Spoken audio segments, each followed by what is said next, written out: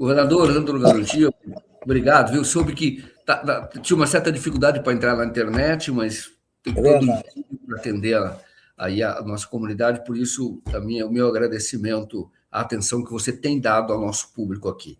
Governador, essa semana, que depois teve outros fatos que acabaram também repercutindo muito, mas o seu depoimento na CPI foi muito forte. Então, eu pergunto para você, quando você fala que, na verdade, eu vi que existem dúvidas, você disse, olha, o Bacelar e o Cláudio Castro são sócios. Um é tudo charuto, o outro é a tropa do Bacelar. Então, aí eu vou perguntar para você como que isso se dá na prática, como é que vamos chamar assim, como é que é a divisão de tarefas numa organização como essa? Você está me ouvindo bem, Joaquim? Estou te ouvindo bem. Porque a internet aqui está oscilando muito. Mas, olha,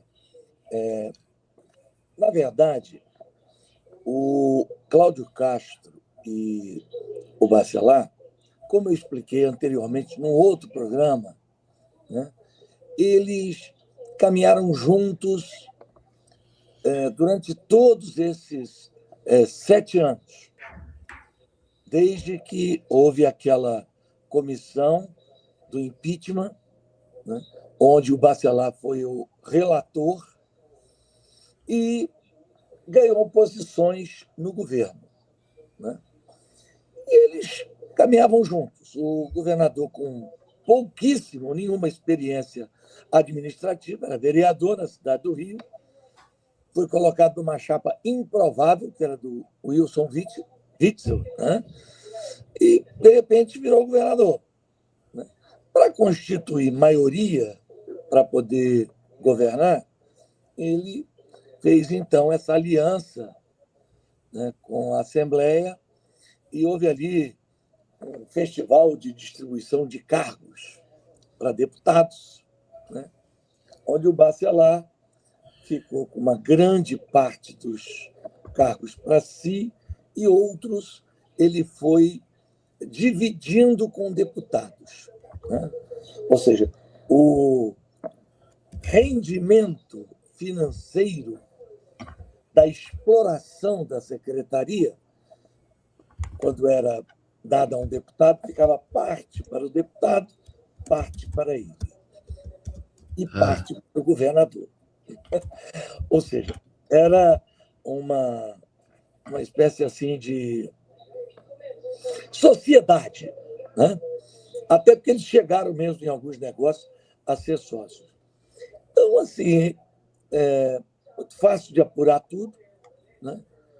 Eu não tenho dúvida que mais cedo ou mais tarde, da mesma forma que eu te antecipei várias questões que ocorreram, eu não tenho a menor dúvida que o Cláudio Castro vai ser afastado, no mínimo, né? Se não for preso, que vários deputados de várias siglas partidárias, de vários espectros ideológicos, de direita, de esquerda e, claro, do centro, porque o centrão é centrão em qualquer lugar, eles vão aparecer aí.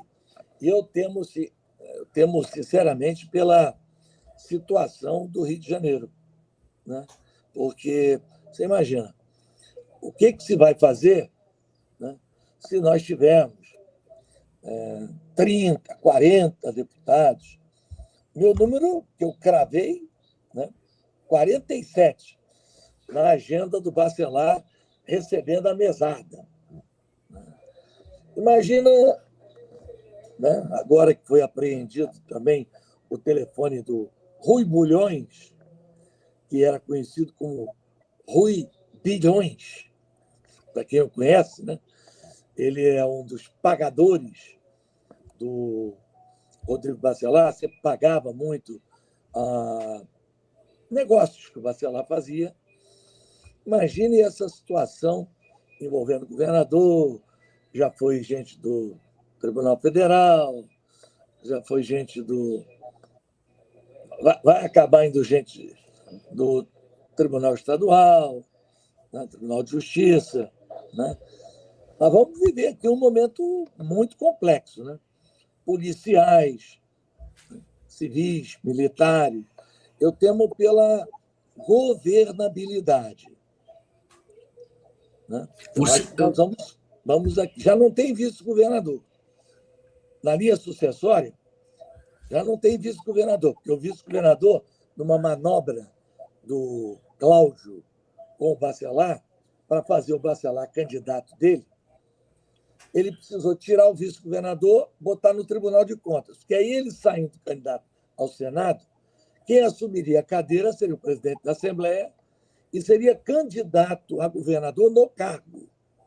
Né? Então, deu tudo errado. Agora quero ver como é que essa situação vai ser administrada. É uma situação muito complexa. Governador, o senhor acha que vai ser mantido, o Cláudio Castro mantém a candidatura dele a senador, ou seja, se retira? Esquece. Estou dizendo a você, o Cláudio Castro vai ser afastado e tornado inelegível ou vai ser preso. A candidatura dele é totalmente inviável. Entendi. Mas os números que estão saindo agora não estão refletindo, né, os acontecimentos recentes. Estão refletindo ainda aquela operação que deixou muita gente sensibilizada, porque o povo está assim, chocado com a violência.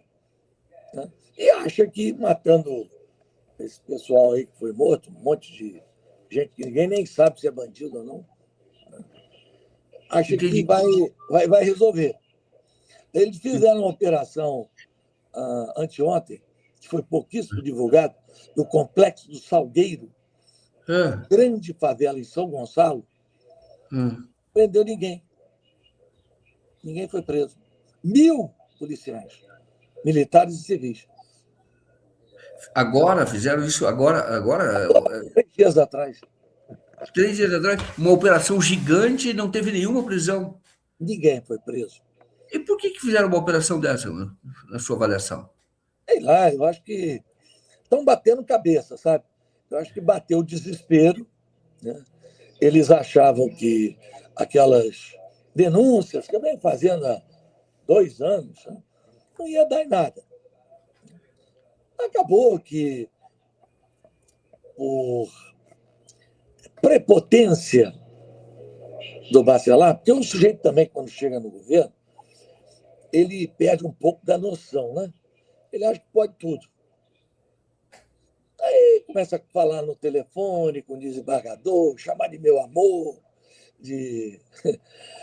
o desembargador liga e pede ingresso para o jogo do Maracanã.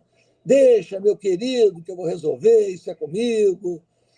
E essas coisas vão tornando o governo cada vez mais vulnerável, porque há um erro também, né, que é muito comum nesse tipo de pessoa, foi inclusive o que fez o Sérgio Cabral ficar alvo quando eu comecei a investigá-lo, é a ostentação. O Bacelar é aquele tipo de gente que gosta de ostentar. Tem uma publicação minha, de uns 3 meses atrás, em que eu peguei a roupa dele.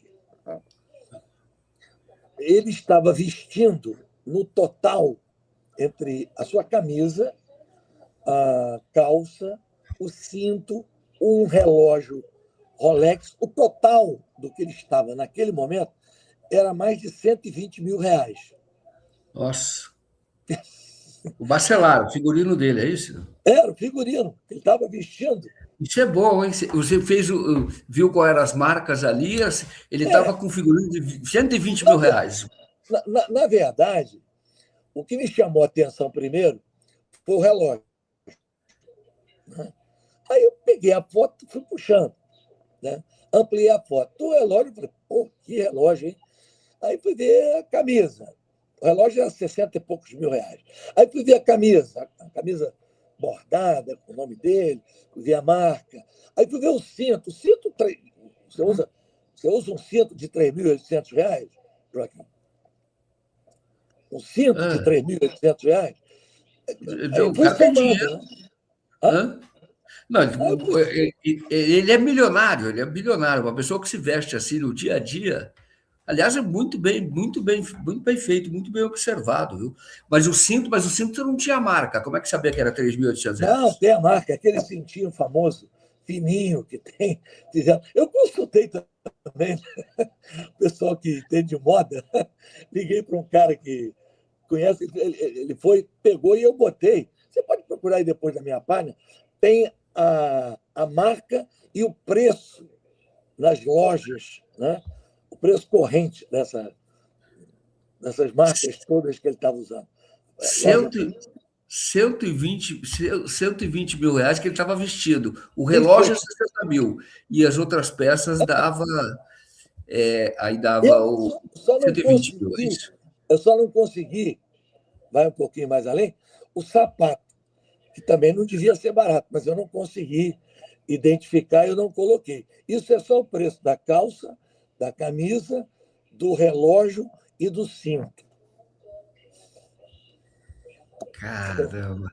Os caras Então, esses assim, caras a têm. ostentação, né?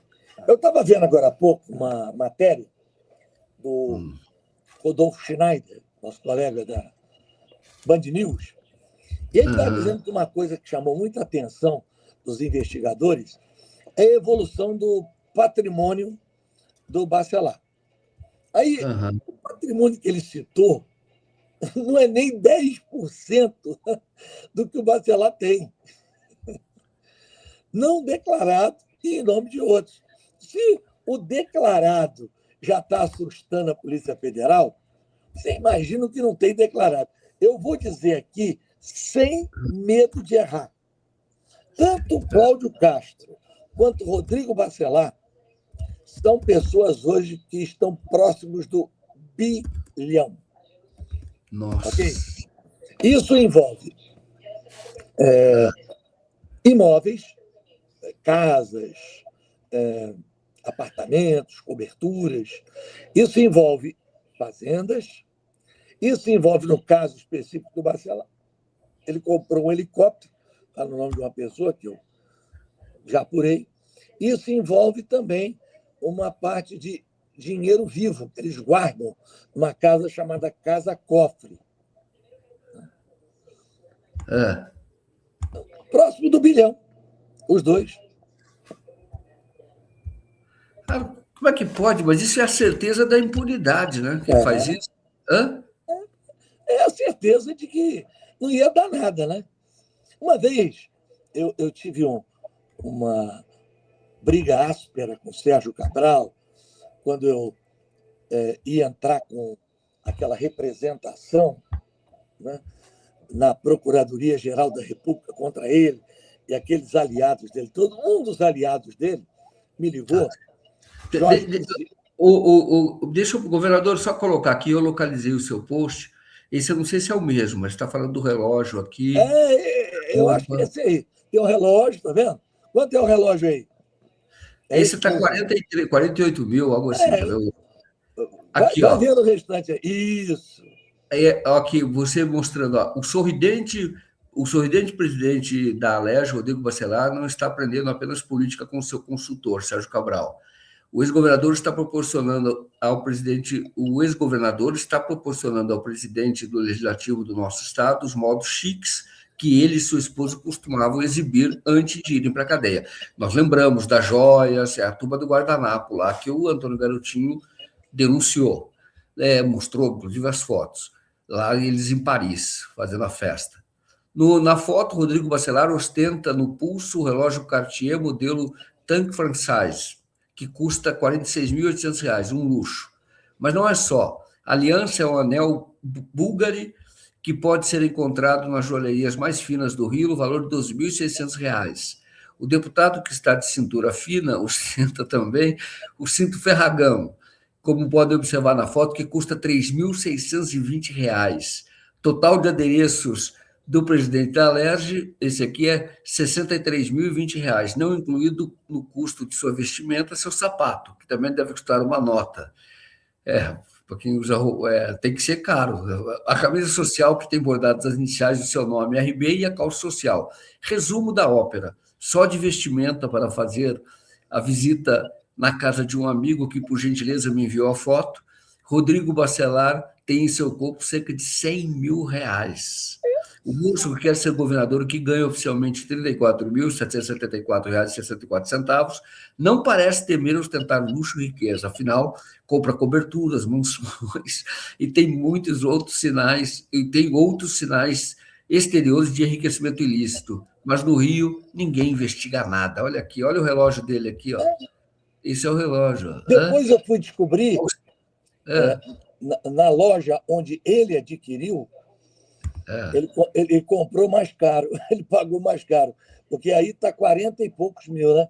Na loja onde ele comprou, porque depois a pessoa que ele foi visitar ficou tão indignada que me mandou a foto, que ele comentou, o cara falou, bonito esse relógio, né? Eu paguei 64 mil. Mas eu quis mostrar, vamos dizer assim, o preço do relógio que eu encontrei no mercado, mas ele pagou mais caro. Mas, de qualquer jeito, um tapa na cara da população. Né? Claro. Agora, governador, é o que eu digo o seguinte: de onde vem tanto dinheiro? Eles estão tirando dinheiro de onde? Corrupção. Sim, mas você sabe que contratos eles estão tirando para o povo saber que esse luxo significa serviços que faltam em outro lugar. Ó, difícil, Joaquim, é saber onde não tem roubo no Estado hoje. Nossa. Porque o negócio aqui é muito sério. Por exemplo, Secretaria de Educação. Como eu falei lá naquele dia na CPI do crime organizado.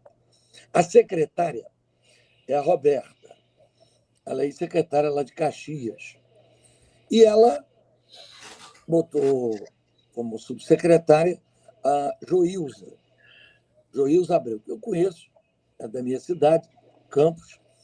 E o filho dela é um cara que opera tudo dentro da secretaria, chama-se Guilherme. O apelido dele é Guilherme Bocão. Né? No final do ano passado, eles iam comprar 400 e tantos milhões de livros. Mas não é esses livros de estudo, não. É livro, historinha, de uma editora, para ser distribuído. Aí eu liguei para o Gabriel, repórter, meu, falei, Gabriel, a gente tem que dar isso antes deles efetivarem a compra. Eles recuaram, era sem licitação, compraram 75 milhões. Mas como o negócio ali não era para entregar mesmo, receberam de propina. Normal que eles recebem aqui é 10%. Né? Mas, nesse caso, receberam 30%.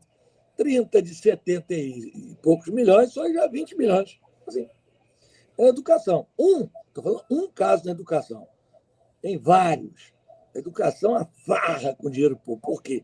Tem aquele teto, aquele mínimo constitucional, né, que tem que se gastar em educação, e ainda tem o dinheiro do FNDE, que o governo federal passa para todos os estados, Fundo Nacional de Desenvolvimento da Educação, e ainda tem o dinheiro do Fundeb. Então, é muito dinheiro. Onde tem dinheiro, tem Bacelar. Né? Então, a educação é um foco. Secretaria de Fazenda. Ali é uma farra, porque a Secretaria de Fazenda hoje é controlada totalmente pelo grupo do Magro, o dono da Refit. Uhum. Ele controla tudo. E tudo passa pelo Cláudio, o governador, e pelo Bacelar. A maior parte para o governador, né? E uma parte expressiva também para o Bacelar. Só o Ricardo Magro, só ele, né? Era 10 milhões, 5 para o Bacelar e 5 para o Cláudio. E mais, como a Secretaria de Fazenda ela tem uma ligação com os incentivos fiscais, porque ela tem que controlar, né? Então, está ligada a ela a CODIM, que é a Companhia de Desenvolvimento Industrial do Estado, e a AGRIO, que é a Agência de Fomento, né, do Estado. Aí outra farra. Outra farra. Por exemplo, como é que eles fazem para tomar dinheiro de algumas empresas que têm incentivos fiscais? Contrataram um escritório de contabilidade, não, de advocacia tributária. Aí, na hora de fazer a contabilidade, o escritório emite uma nota fria, né? A empresa deixa de pagar o imposto e essa nota é emitida para a empresa, para o escritório, e o dinheiro é entregue a um fiscal, né? E ele passa para o chefe dele lá, né? E ao secretário, que entrega, né? São várias empresas, né?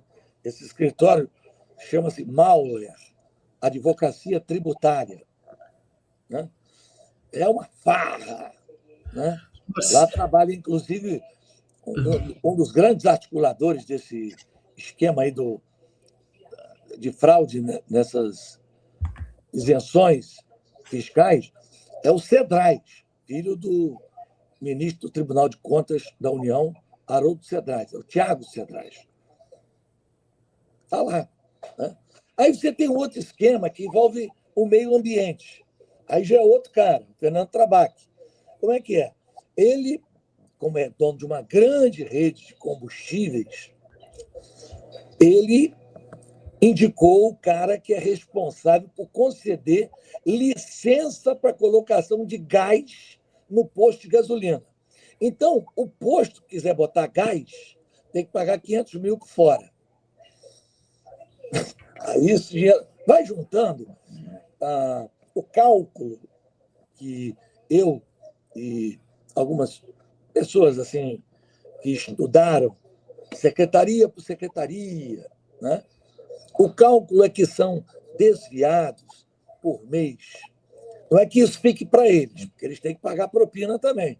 Eles cobram propina, mas tem que pagar deputado, tem que pagar, enfim, a outras pessoas muito dinheiro. Mas eles arrecadam aí em volta de 200 milhões por mês. Por mês? Só o magro paga 10. É mais do que a turma do Sérgio Cabral? Não por um motivo. O Cabral nas obras, porque era a época de Copa do Mundo e tinha Olimpíada, né? O Sérgio Cabral, ele, segundo uma das ações que ele foi condenado a devolver 10 bilhões. Devolveu 4. Ele devolveu 4 bi? Não devolveu, porque assim, foram leiloadas 2 casas dele em Mangaratiba, se arrecadou o dinheiro. Pegaram aquelas 20 e poucas barras de ouro que ele guardava em cofres na Suíça, foi leiloado. A mina de ouro que ele ganhou do Ike Batista foi vendida. Então, assim, os bens que conseguiram, joias, que ele tomava da Gaster, né, que a esposa tinha, encontraram só a metade do que o dono da Gaster confessou numa delação. Mas só aquilo já era uma fortuna, porque são joias caríssimas. Então, o total devolvido aos cofres públicos foi 4 bilhões. Né? Devolvidos. Tem outros 12 bilhões, e aí já são ações de improbidade administrativa que ele está respondendo junto com o Sérgio Cortes. Na saúde era um negócio espantoso. Entendeu? Então, assim, eu acho que em volume, né, o Sérgio Cabral ganhou. Né? Agora, no caso do... O Sérgio Cabral era concentrado, né? Ou seja, era um grupinho ali mais fechado.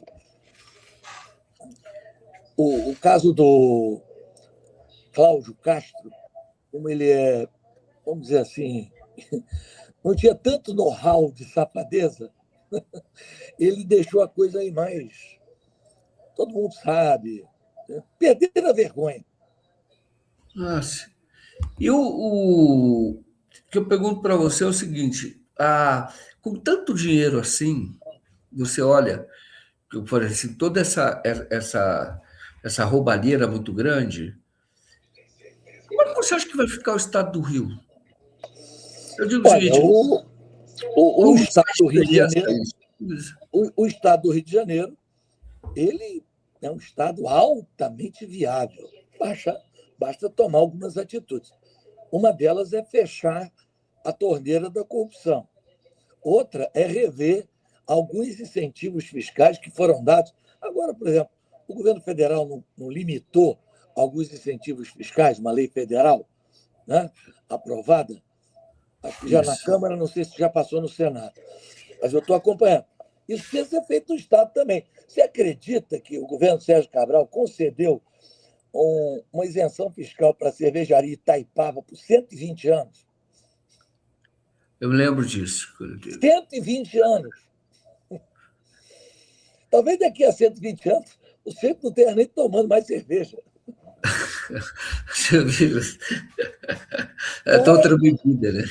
Fora, assim, coisas absurdas que estão ocorrendo de sonegação, né? No caso, por exemplo, da Refit, a sonegação.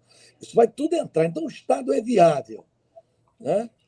Mas o Estado precisa de um governo que entre assim.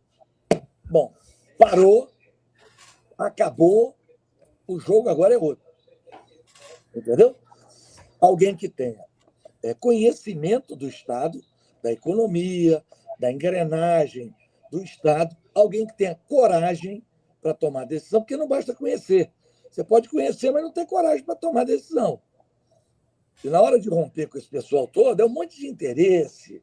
Aí vem lobby de supermercado. Rapaz, você não tem ideia do tamanho da sonegação dos supermercados do Estado. É gigantesca. Entendeu? E é um pessoal que fatura muito. Né? Até a reforma tributária, nesse ponto, vai ajudar, porque com o imposto sendo feito da forma como é hoje, em cascata, facilita a sonegação. Quando você tiver a cobrança na ponta, com o IVA, o valor adicionado, né? O imposto sobre valor adicionado, isso vai dificultar um pouco. Né?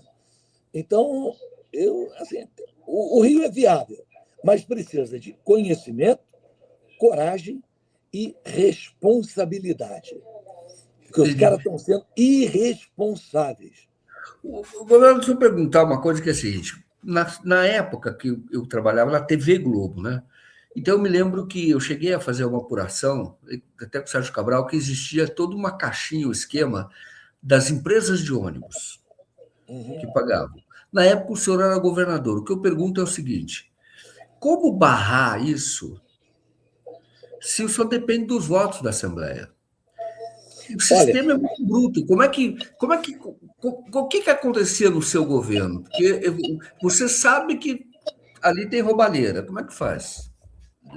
Você deve ter visto naquele depoimento meu na CPI, eu até mostrei hoje no meu programa, o momento que eu li aquele documento do Ministério Público Federal dizendo o que eu ajudei a acabar. Entre as coisas que eu ajudei a acabar foi a histórica caixinha da FETransport. Foi numa operação chamada Operação Ponto Final. E lembra ônibus, que tem o ponto final do ônibus. Dizer o seguinte, olha, vamos cumprir a lei. Quais são os grandes desejos das empresas de ônibus? É que não tenha licitação e concorrência. É isso que eles querem. Porque na hora que você licita, você faz o mercado todo se mexer. E agora é inevitável. Você vai ter que botar um ônibus elétrico, você vai ter que botar um novo tipo de modal, está entrando o VLT. Né? Metrô do Rio de Janeiro não andava, e até hoje é atravancado por isso. As empresas de ônibus não deixam, porque aqui existem 3 monopólios. 3. Na cidade do Rio de Janeiro, o monopólio da família Barata. Isso. Controla as linhas municipais. Na Baixada Fluminense, o monopólio do Lavoura. Lavoura, que é o dono de uma empresa. Né? A Flores, que domina praticamente todos os municípios da Baixada. E o monopólio das linhas intermunicipais, perdão, que é da 1001. Essas sim. 3 empresas, elas controlam tudo. Entendeu? E Foram existe, claro. ao longo do tempo, é isso. Né? Ah, Ao longo do tempo. ao longo do tempo, elas foram crescendo, crescendo. Na minha época, eles tiveram um embate comigo forte. Né? E usaram o poder delas junto à Assembleia, porque o temor delas nasceu da encampação que o Brizola fez. Quando elas viram que era muito difícil confiar no governador, no Poder Executivo, montou-se, então, a bancada da FETranspor. É isso que eu ia falar, exato. Uhum. Tinha a Que era bancada. liderada por Jorge Pisciani e Sérgio Cabral. Sérgio Cabral. Sérgio Cabral é que fazia a distribuição, acho que toda semana distribuía Não, dinheiro. quem fazia era o Pisciani. É o Luciano, mas não é o Sérgio Cabral que coordenava, porque ele era o presidente da Assembleia, eu quero Não, dizer. Quando ele era o presidente da ele Assembleia. é que dizia quanto cada um ia receber. Porque esse é outro problema que vai dar agora na lista dos deputados do Bacelar. Né? Tem Porque 43 que recebe mesada, não é isso que você falou? 47. 47. É. Mas a bronca vai ser quando sair o nome e o valor, que não é igual para todo mundo. Como o Cabral fazia, e o Cabral está assessorando atualmente com o Bacelar, né? O filho dele está nomeado na Assembleia, a mãe está nomeada na Assembleia, a ex-esposa está nomeada na Assembleia. Então, o Cabral assim, passou o know-how dele para o Bacelar. E o Cabral botava um peso do deputado de acordo com o que ele tinha que pagar de propina. Então, tinha gente de 20 mil, tinha gente de 100 mil. Dependia, né, do postura do deputado do plenário. Vai ter muita surpresa. Olha, vai ter gente que pôs assim, sabe, aquela vestal da honestidade. E quando aparecer, olha, vai ser para o eleitor uma decepção. Não, para mim não vai ser novidade, né? E o. Porque dizia o nosso grande cronista esportivo, teatrólogo e pensador brasileiro, Nelson Rodrigues, homem que conseguia ser odiado pela direita e pela esquerda, que por detrás de todo moralista existe um grande canalha. Sem dúvida, eu concordo com isso. E agora, eu pergunto o seguinte, eu como governador, porque essas coisas existem, como é que o senhor se livrava disso? Alguma vez o senhor teve que expulsar alguém do seu gabinete? Teve que. Como é que fazia? Foi pior um pouquinho. Um dia, eu me lembro que era feriado, de Tiradentes, e tinha aquele desfile ali em frente ao Palácio Tiradentes, né? Desfile das tropas, dia do soldado. Aí a imprensa vem me perguntar, escuta, o senhor e o Pisciani estão zangados, o Sérgio Cabral estão zangados? Não, eu só fiquei um pouco chateado. Aí, mas por que o senhor ficou chateado? Porque tocou o telefone vermelho. Eu atendi o telefone vermelho que eu tenho com o governador. Eu, como governador, e o presidente da Assembleia. E eu estou pensando que do outro lado está o presidente da Assembleia. Eu pergunto, escuta, quem está falando? E o cara dizia Coelho. Eu falei, quem? É o Coelho. Eu falei, Coelho?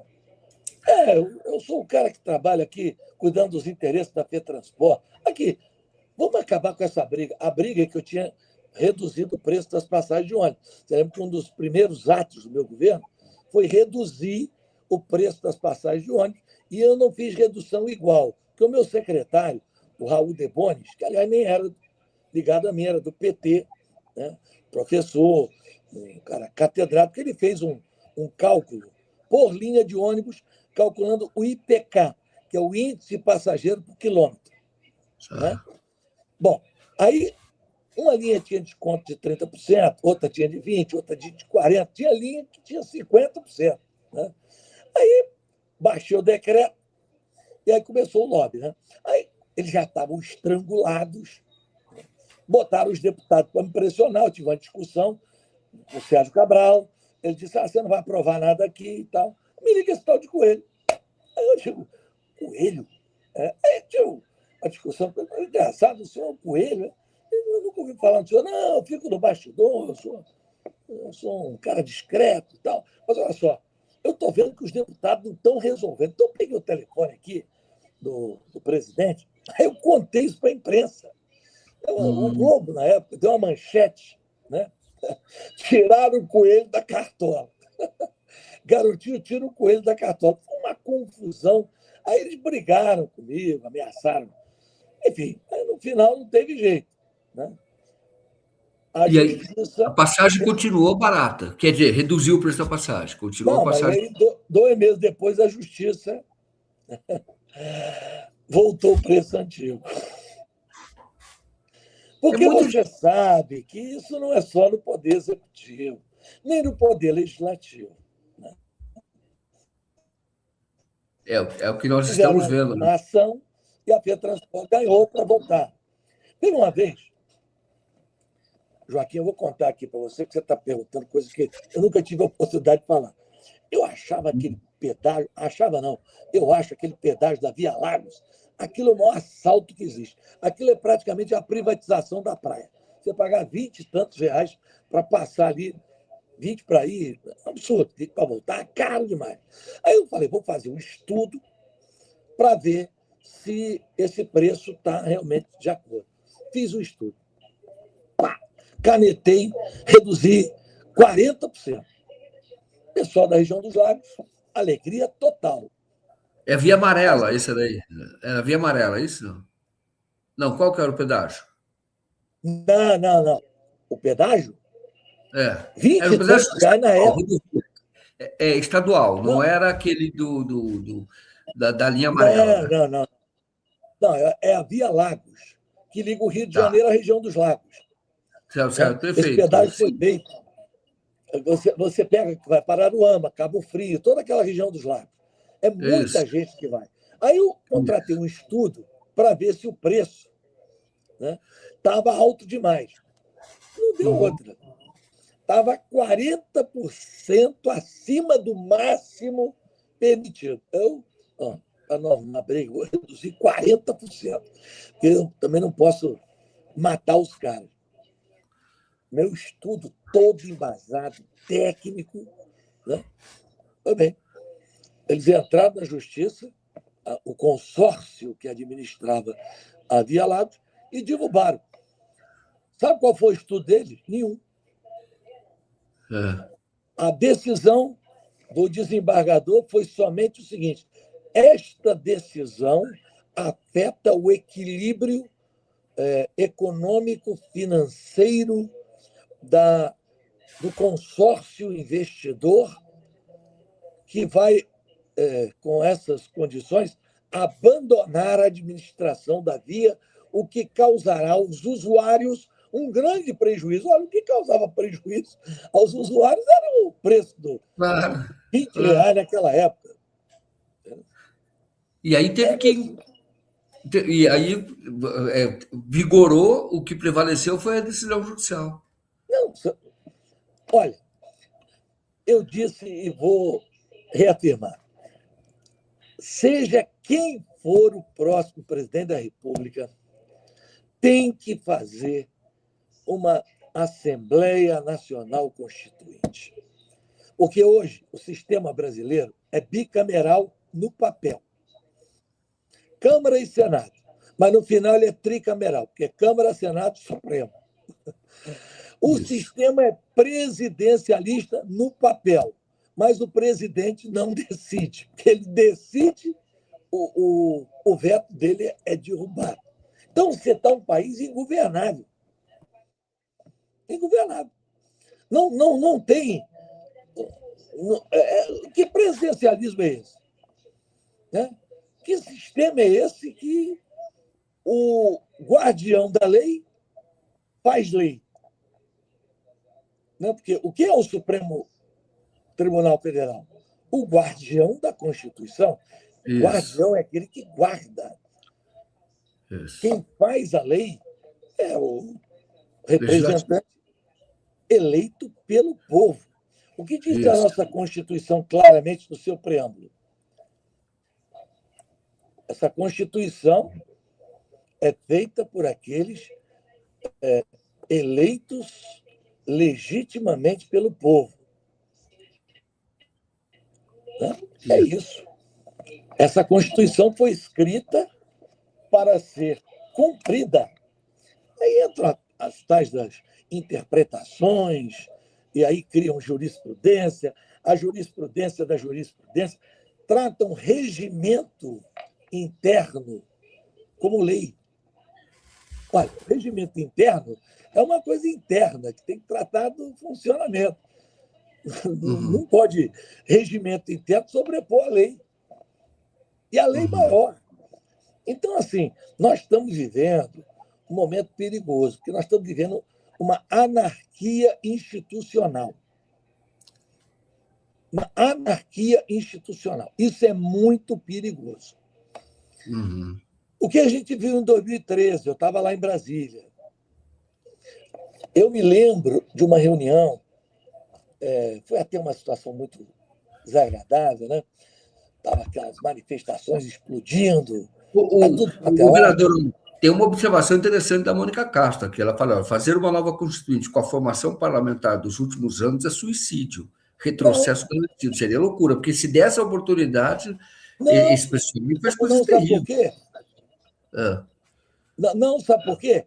Essa nova Constituição deve ser feita e submetida, cada capítulo dela, a referendo da população. E o presidente tem que explicar direitinho, usando a prerrogativa de presidente, em cadeia nacional de rádio e televisão, tudo o que está sendo votado para que o povo referende.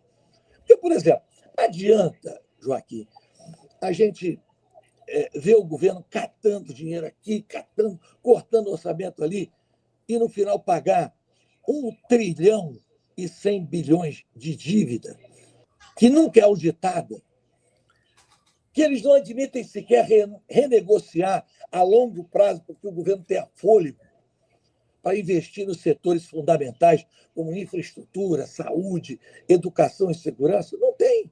O Brasil está amarrado numa dívida de uma elite que não está nem aí, porque na primeira confusão eles vão se mandar do Brasil.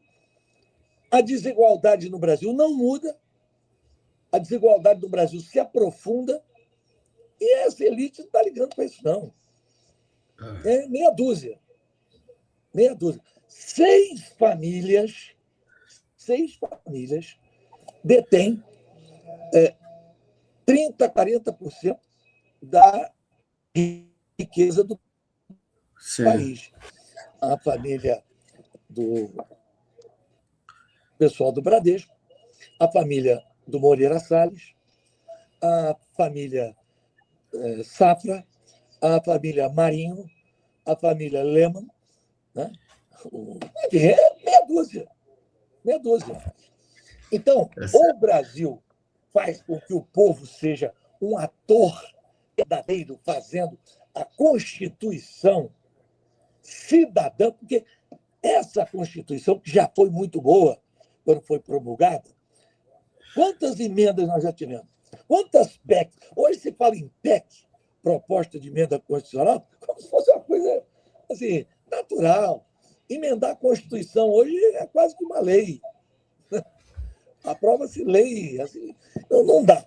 Tem que ter um novo ordenamento constitucional no Brasil. Eu concordo com o que a pessoa falou. Não pode juntar aquela turminha e dizer, vamos aprovar essa Constituição. Não. Olha, cada uma das coisas que for aprovada submete a referendo popular e o presidente eleito vai à televisão, faz campanha para defender a proposta dele, porque vai ter sim ou não. Como nós não tivemos aqui um plebiscito sobre parlamentarismo e presidencialismo, o que adiantou? Nós temos presidencialismo? É um semi-parlamentarismo ou semi-presidencialismo, né, que falam. É isso, né? Governador, passamos do horário, eu vou ter que encerrar, mas deixa eu perguntar para o senhor uma última coisa. Quando é que o Cláudio Castro vai ser preso?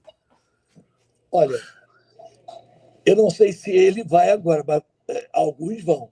Ele vai, eu não sei se é agora, mas nos próximos dias mais deputados vão ser presos. Pode anotar aí. Olha só. Pelo menos uns 5. Uns 5, aqueles 5, né? Tá Porque certo. espero que prendeu o desembargador antes, mas eu acho que também é o seguinte, você há de convir que tem Natal, Ano Novo, eu acho que esse verão vai ter muita emoção. Vai ser agora a partir de janeiro, tá bom. Nós Ronaldo, vai ter que eu vou te chamar não para dá para mais esperar. entrevistas aqui, viu? Eu vou te chamar para outras entrevistas aqui. Eu vou te chamar para outras entrevistas aqui. Tá bom, Ronaldo? obrigado, Joaquim. Então, muito obrigado mais uma vez, viu? Parabéns pela coragem. Obrigado mesmo. Tá Obrigado bom? a você. Um abraço.